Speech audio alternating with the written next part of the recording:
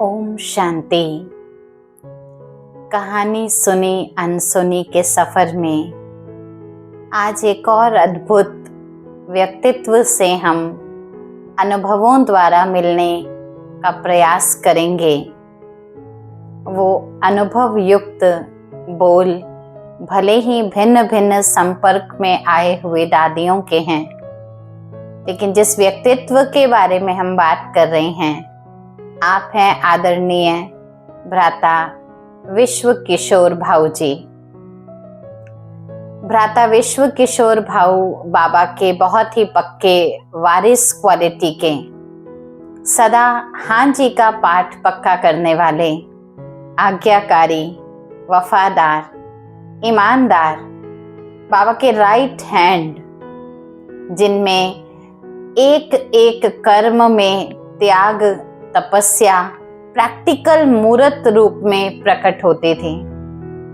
आप लौकिक में ब्रह्मा बाप के लौकिक बड़े भाई के सुपुत्र थे, लेकिन बाबा ने आपको शुरू से ही जैसे अपना बेटा माना था। आपके विषय में बताते हुए दादी निर्मल शांता जी स्पष्ट कर रहे हैं कि विश्व किशोर दादा का लौकिक नाम भैरू दादा था। यज्ञ में सभी उनको भैरू शब्द ना कहकर भाऊ शब्द के नाम से ज्यादा जानते थे। उन्हें आदि से अंत तक ब्रह्मा बाबा का राइट हैंड समझकर सभी यज्ञ निवासी उतना ही सम्मान देते थे जितना ब्रह्मा बाबा को दिया जाता था। भावी अनुसार व्यापार करने के लिए भी बाबा का कोलकाता ही जाना हुआ, जैसे कनेक्शन लिखा हुआ था। कोलकाता में सबसे नामी ग्रामीण स्थान और प्रसिद्ध बिजनेस सेंटर उस समय न्यू मार्केट था, जिसे अगर ब्रिटिशर्स के लैंग्वेज में कहा जाए तो जिसे चार्ल्स हॉन्ग मार्केट के नाम से जाना जाता था, लेकिन सभी के मुख से न्यू मार्केट नाम ही निकलता था। उस मार्केट के ठीक सामने एक 7 मंजिल की इमारत थी जिसमें लिफ्ट लगी हुई थी। उसका ठिकाना यानी जो पता लिखा जाता था वो 7A लिंडसे स्ट्रीट लिखा जाता था और न्यू मार्केट के ही नाम से उसको जानते थे। और वंडरफुल बात ये थी कि पहली मंजिल पर बाबा ने दुकान, यानी जिसे बाबा पहले गद्दी कहा करते थे, उसे हीरे जवाहरातों के बिजनेस का स्थान बनाया था। और दूसरी मंजिल पर सभी रहा करते थे, वो परिवार पूरा रहा करता था। इसके साथ साथ मुख्य न्यू मार्केट के ठीक बीचों बीच हीरे जवाहरातों के शोरूम जैसे कि एक बहुत बड़ी दुकान थी, जिसमें सभी प्रकार के बहुत बड़े बड़े गहने थे। वो जवाहरात का जैसे कि एक म्यूजियम हुआ करता था उस समय। बहुत विदेशी वहां आकर जैसे सैंपल्स देखकर जाते थे, ऑर्डर के लिए कई सैंपल देखकर ऑर्डर दे भी जाते थे। लेकिन आश्चर्य ये होता कि ये दुकान रिटेलर रूप से माल बेचने का बाबा का ही केंद्र था ब्रह्मा बाबा का ही जौहरी का, लेकिन गद्दी जहां पर बनवाई आदि होती थी और सैंपल सब कुछ रखा जाता था, रिटेल रूप से खुदरा व्यापार जिसको कहते वो करने के लिए उस म्यूजियम में रखा जाता था। और वो दुकान भाऊ की दुकान थी। तो ऐसे मीठे बाबा ने कैसे भाऊ के पास जो भी ग्राहक होलसेल में माल लेने आते थे, वे उन्हें बाबा के पास पहली मंजिल वाली गद्दी पे ले जाते थे, क्योंकि जो आइडिया जिस प्रकार से उनको रिक्वायरमेंट होती थी वो उनको वहां से मिल जाती थी। कोई भी नया डिजाइन, फैशन के अनुसार मनपसंद ज्वेलरी चाहिए तो बाबा ही उसे बनवा कर देते थे। भाऊ बाबा के, जैसा पहले सुन चुके हैं, लौकिक भाई के बेटे थे और बाबा का शुरू से ही उनके ऊपर प्रेम, विश्वास होने के कारण जैसे वो परिवार के ही सदस्य थे। उन्हें जैसे बाबा अपना भाई समझ लो, बेटा समझ लो, उन्होंने खुद भी वो सारा कार्य एकदम बेटे की तरह एक्यूरेट करके बाबा का दिल भी जीता और उसी आधार पर सारा कार्य करके दिखाया। विश्व किशोर भाऊ की पत्नी थी लौकिक में संतरी दादी जी। वो बता रहे हैं कि बाबा के भवन के सामने ही विश्व किशोर जी का घर था और उनके निमंत्रण पर ही एक बार बाबा वहां गीता सुनाने आए थे, क्योंकि ब्रह्मा बाप का दादा लेखराज रूप में जब रोल था तो वह गीता प्रेमी बहुत थे। और जब बाबा प्रवचन कर रहे थे तब वहां सभा में बहुत व्यक्ति बैठे हुए थे, लेकिन सभी को बाबा के तन से जैसे श्री कृष्ण का साक्षात्कार हो रहा था और सभी बड़ी शांति का अनुभव कर रहे थे। अनेक दिव्य साक्षात्कार, माना जो जिसके भक्त हैं उनको जैसे दिव्य साक्षात्कार होने लगे। और उस समय, क्योंकि ये एक नवीनता ही थी सत्संग की, दादा के सत्संग की, तो जैसे धूम मची हुई थी, बाबा के सत्संग में जाएंगे तो सहज ही साक्षात्कार हो जाएगा। और भाव के विषय में और अगर गहराई से समझे तो भ्राता जगदीश चंद्र जी हमको बता रहे हैं कि जब शिव बाबा ने सिंध अथवा पाकिस्तान से यज्ञ को भारत में स्थानांतरित किया था, एकदम ट्रांसफर किया था, तो उस समय करने से पूर्व जो निर्देश दिया था कि आबू में ब्रिज कोठी लेने का और ब्रह्मा मुख वंशावली के आवास निवास आदि के लिए एक उचित प्रबंध करने के लिए सबसे पहले एक विशेष अनुभवी ब्रह्मा कुमार जो धारणा में चलता है, तो एक विशेष अनुभवी ब्रह्मा कुमार को यहाँ भेजा जाए।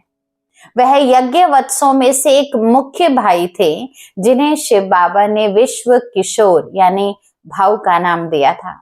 सचमुच जैसे उनका नाम था विश्व किशोर, माना जैसे एक प्रिंस है इस नई सतयुगी विश्व का, उनका पुरुषार्थ भी एक्यूरेट वैसे ही था। वे भविष्य में विश्व के मालिक श्री लक्ष्मी श्री नारायण जो बनने का लक्ष्य हम लिखते, उनका किशोर बनने जैसा ही पुरुषार्थ करते थे। जब बाबा को ईश्वरीय साक्षात्कार हुए थे और उन्होंने जवाहरात के धंधे से अवकाश प्राप्त कर लिया था, क्योंकि ब्रह्मा बाबा को लगा अब ये हीरे आदि का मैं क्या करूंगा, मुझे तो नई दुनिया स्थापन करनी है। तब उनको देखकर विश्व किशोर भाऊ जी के भी मन में आया था, उनको भी संकल्प आया और उन्होंने कहा मैं भी बाबा का अनुकरण करता हूँ, जो बाबा कर रहे हैं मैं भी छोड़ देता हूँ। उन्होंने बाबा से राय भी करी, बाबा मेरी भी यह हार्दिक इच्छा है कि मैं भी ये सब कुछ छोड़कर बस अब ईश्वरीय सेवा में अपने को अर्पित कर दूं। लेकिन बाबा ने उन्हें निर्देश क्या दिया, अभी रुको, ठहरो, कुछ समय के बाद आपको भी पूर्ण रूपेण प्रभु अर्पण होने की राय दी जाएगी। जब तक राय ना मिले तब तक आप अपना कार्य करें। और विश्व किशोर भाऊ जी तो हर हाल में राजी रहते थे। बाबा ने जैसा उन्हें कहा है बस उनको वही फॉलो करना है, उसमें किसी प्रकार का कोई भी संशय नहीं होता था। और हमेशा कहते थे बाबा जैसा चलाएगा मुझे उसमें खुशी। कुछ ही वर्षों के बाद उन्हें इस ईश्वरीय ज्ञान यज्ञ में समर्पित होने की प्रेरणा भी मिल गई थी। विश्व किशोर भाऊ जी बहुत ही अनुभवी, विचारवान, निश्चय बुद्धि, त्याग वृत्ति वाले और यज्ञ के प्रति वफादार, ईमानदार थे। वे जब भी कभी लोगों को यज्ञ के किसी भी कार्य के लिए मिलते भी थे तो किसी से भी मिलते थे, लोग उनसे कई पूछ भी लेते थे, क्योंकि इतना यज्ञ के प्रति ऐसे निश्चय बुद्धि या फेथफुल होकर चलना। तो लोग कहते थे आप इस संस्था में कौन सी पोस्ट पर हैं, क्या आप यहाँ के सेक्रेटरी हैं? तो बड़ी ध्यान से सुनने की बात है, विश्व किशोर भाऊ जी अपनी बहुत नम्रता निर्माणता से कहते थे नहीं नहीं, मैं सेक्रेटरी नहीं हूँ, मैं तो इस संस्था में जो माताएं बहनें हैं उनका एक छोटा सा सेवक हूँ। और ये सिर्फ कहने के लिए नहीं कहते थे। जिन दिनों बाबा यज्ञ का सारा कारोबार भाऊ के द्वारा करवाते थे तो उस पत्र व्यवहार में भी वो संस्था के नीचे पत्र के जहां पर सिग्नेचर करते हैं वहां लिखते थे ईश्वरीय सेवक, यही लिखकर हस्ताक्षर करते थे। यूं तो वो ईश्वरीय विश्वविद्यालय के एक अच्छे प्रबंधक थे, लेकिन अपने आप को स्मृति में उन्होंने हमेशा रखा मैं एक सेवक हूं। दादा विश्व किशोर के बारे में रमेश भाई जी बता रहे हैं कि बहुत ही निष्ठावान, ब्रह्मा बाबा के प्रति असीम श्रद्धा रखने वाले ये व्यक्तित्व के धनी थे। उन्होंने हमारे जीवन में बहुत बड़ा परिवर्तन लाया। वो परिवर्तन शेयर कर रहे हैं। एक बार मैं अपने घर में भोजन कर रहा था, क्योंकि बहुत ही निष्ठा और नियम पूर्वक रहने वाले भ्राता विश्व किशोर भाऊ थे, इसलिए उस नियमों के तुलना को देखते हुए कैसे उन्होंने फिर भी मुझ आत्मा में ऐसी भावना भरी ईश्वरीय प्रेम की बता रहे हैं। मैं अपने घर में भोजन कर रहा था और दादा विश्व किशोर बैठे थे। मैं तो बाबा की याद में भोजन कर रहा था, तो अंदर से सोच रहा था कि दादा तो नियम के बहुत पक्के हैं और वो तो हम गृहस्थियों के भोजन ऐसा नहीं खाएंगे घर में आकर, तो इसलिए अंदर से कोई ऑफर करने की इच्छा भी नहीं रखी है। ऐसा सोच ही रहा था खाने के बारे में, इतने धारणा मूर्त में क्या पूछूं। अचानक ही सामने की टेबल पर दादा विश्व किशोर आकर बैठ गए और जब डाइनिंग टेबल पर वो बैठे, उन्होंने सीधा बोला, रमेश भाई आप मुझे खाना ऑफर नहीं करेंगे, अकेले ही खाएंगे। तो रमेश भाई कह रहे, मैंने ऐसे ही बोल दिया दादा, आपको मैं खाना कैसे ऑफर कर सकता हूँ अपने घर का, क्योंकि हम तो गृहस्थी हैं और आप तो सेंटर पर समर्पित रूप से रहने वाले हैं। आप हम गृहस्थियों के पास भोजन कैसे करेंगे। तो दादा विश्व किशोर ने कहा, नहीं रमेश भाई, आपकी युगल, आपकी माताजी सभी ज्ञान में इतना अच्छा चलते हैं, आप सबके घर का वातावरण भी इतना पवित्र है, आपके घर में भोजन भी इतना पवित्र बनता है, स्वयं बाबा का कमरा बना हुआ है, यहाँ ज्ञान का इतना अच्छा लेन देन चलती है, ऐसे पवित्र वातावरण को मैं गृहस्थ कैसे कह सकता हूँ। ये तो गृहस्थ में रहते भी ऐसा लगता है ये सेवा केंद्र ही है। जब ऐसे शब्द सुने तो उन्होंने और एड्रेस करते हुए रमेश भाई को बोला कि आप गृहस्थ में रहते हैं ऐसा समझिए भी मत, आप हमेशा समझिए हम बाबा के यज्ञ में रहते हैं, ये तो निमित्त मात्र आप गृहस्थ को संभाल रहे हैं, बाकी आपका घर और सेवा केंद्र इसमें कोई फर्क नहीं है, ना ही वातावरण में ना ही वृत्ति में, इसलिए मैं यहाँ भोजन खा सकता हूँ। और आप देखिए उस समय रमेश भाई जी बता रहे, मेरे इतनी खुशी में रोमांच उठ रहे थे, जो मैंने फौरन अपनी माता जी को और उनकी जो लौकिक में युगल थी उषा बहन जी, उनको बोला दादा भी खाना खाएंगे, आप उनके लिए भी थाली परोसो।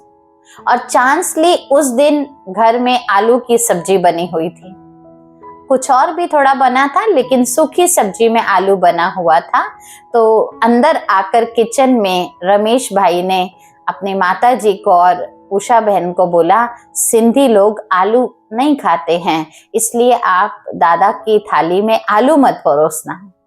और बाहर बैठे दादा के कान में ये बात पहुंची तो रमेश भाई जी को दादा ने वहीं बैठकर बोला, विश्व किशोर भाऊ ने, नहीं रमेश भाई, मुझे तो आलू बहुत अच्छे लगते हैं, मैं खा सकता हूँ। क्योंकि उनको ये महसूस नहीं कराना था कि हम आपको क्या खिलाएं, ये तो आप खाते नहीं, अभी जो बना है वो कैसे दें। तो कहीं मेहमान नवाजी में मन में कोई ऐसी व्यथा रह ना जाए कि हम ये नहीं कर पाए। तो उस बात को समाप्त करते हुए बड़ी दिल रखकर दादा विश्व किशोर जी ने कहा, मुझे तो आलू बहुत पसंद है, मैं खा सकता हूँ। इस प्रकार जो विश्व किशोर भाऊ का हमारे घर भोजन स्वीकार करना था, वो जैसे ईश्वरीय सेवा का दरवाजा खोलने के निमित्त बन गया। रमेश भाई बता रहे हैं, तब से हमारे घर में कोई भी मधुबन से यज्ञ के कोई भी भाई या बहन आते थे तो वह भोजन स्वीकार करने लगे, क्योंकि इतने धारणावान विश्व किशोर भाऊ ने ओके कर दिया तो ये घर सेंटर ही है। तो दादा विश्व किशोर जी के इस अनुभव युक्त बोलने और जो नैतिकता उन्होंने व्यवहारिक रूप से जताई थी, तब से लेकर रमेश भाई बता रहे, मुझे इतनी प्रेरणा मिली जो फिर मैंने मातेश्वरी जगत अम्बा जी को भी मुंबई में आने के लिए निमंत्रण दिया और हमारे घर ही ठहरने का निमंत्रण दिया। और वो निमंत्रण स्वीकार भी हुआ, भले कुछ समय बाद हुआ, क्योंकि बिना सेवा के तो मातेश्वरी कहीं भी नहीं आती हैं। तो सेवा के ऑफर पर उनका आना हुआ और मातेश्वरी जी का हमारे घर में 18 मास तक रहने का हमको सौभाग्य मिला। लगातार नहीं, लेकिन ज्यादातर 18 मास वो वहां रही। सन 1957 की बात है, हमने ब्रह्मा बाबा और मातेश्वरी जगत अम्बा जी को मुंबई आने का निमंत्रण दिया था। आने से पहले दादा विश्व किशोर जी मुंबई आए थे और उन्होंने आते ही जैसे मुझे डायरेक्शन दिया सुबह सुबह फोन करके कि रमेश भाई, मुझे ईश्वरीय सेवा अर्थ कहीं जाना है, तो आप अपनी कार लेकर मेरे पास पहुंच जाओ और मैं आपकी ही कार में बैठकर आपके साथ सेवा के लिए जाऊंगा। आपके पास समय है? तो रमेश भाई जी भी सेवा के लिए तत्पर रहते थे। उन्होंने कहा जी। तो कार लेकर जैसे ही वो उनके पास पहुंचे, दादा विश्व किशोर उनके कार में बैठ गए। कार में बैठकर कुछ मील दूर पहुंच भी गए थे और वहां जाकर उन्होंने कहा, अरे रमेश भाई, कागज तो मैं सेंटर पर ही भूल आया हूं, तो ऐसा करना, अभी आप मुझे वापस सेंटर पे छोड़ दो, कल आ जाना आप, कल हम इस काम के लिए जाएंगे। तो रमेश भाई को लगा इतना इम्पोर्टेंट काम के लिए कागज, और वो भी विश्व किशोर भाऊ भूल जाए।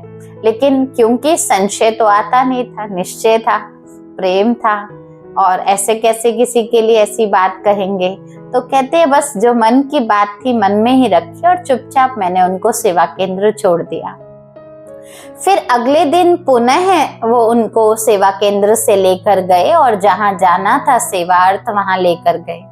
जब वहां गए तो दूसरे दिन दोबारा वही नाटक ड्रामा बिल्कुल एक्यूरेट रिपीट किया। दादा विश्व किशोर जी गाड़ी में बैठे, उन्होंने जाना था कहीं, ले गए मुझे दूसरी जगह और फिर कहने लगे, अरे अरे मैं तो दूसरी जगह आ गया, मुझे तो उस साइड में जाना था, अब तो टाइम भी हो गया है, तो ऐसा करो आज मुझे यहीं छोड़ दो वापस सेवा केंद्र पर, कल हम चले जाएंगे फिर से।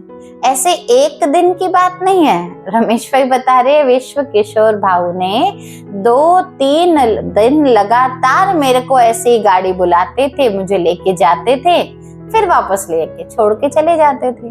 कोई काम से नहीं जाते थे, कहीं ना कहीं मुझे ले जाकर ये कह देते थे ये तो गलत हो गया, यहाँ तो जाना नहीं था, या ये पेपर छूट गया। ऐसे लगातार 3-4 दिन चलता रहा। आखिर 5वें दिन मैंने मन में प्रश्न नहीं उठाया, क्योंकि हमने बड़ों से सीखा जो भी बड़े कर रहे हैं उसमें कल्याण ही कर रहे हैं। लेकिन 5वां दिन ऐसा था जब दादा फिर से मुझे गाड़ी बुलाकर कहने लगे मुझे फलानी जगह पर लेके चलना। और जब मैं लेके जाने लगा तो जैसे ही गाड़ी में बैठा, दादा विश्व किशोर जी ने मुझसे पूछा, रमेश भाई आप तो समझ गए होंगे ना मैं आपको रोज रोज कहाँ लेकर जा रहा हूँ और क्यों लेकर जा रहा हूँ। जाता हूँ लेकिन आपको उसके बाद कुछ कार्य तो होता नहीं है, वापस ले आता हूँ, संकल्प तो चले होंगे, अच्छा आपको समझ तो आ ही गया होगा। तो रमेश भाई ने कहा मुझे तो कुछ नहीं समझ में आया, लेकिन आपने कहा है तो मैं जरूर आऊंगा, आपके कहने को मैं कैसे टाल सकता हूँ, आपके तो हर कार्य में ईश्वरीय सेवा अर्थ समाई हुई है। तो हम सुनेंगे अगले एपिसोड में कि दादा विश्व किशोर ने क्यों ऐसा 3-4 बारी गाड़ी मंगाई, किसी सेवा अर्थ के लिए मंगाई और की कोई नहीं, कहीं भी नहीं गए और वापस सेवा केंद्र पहुंच जाते थे। उसका उत्तर दादा ने खुद ही कैसे उनको दिया, ये हम अगले एपिसोड में सुनेंगे। आज के लिए इतना ही। ओम शांति।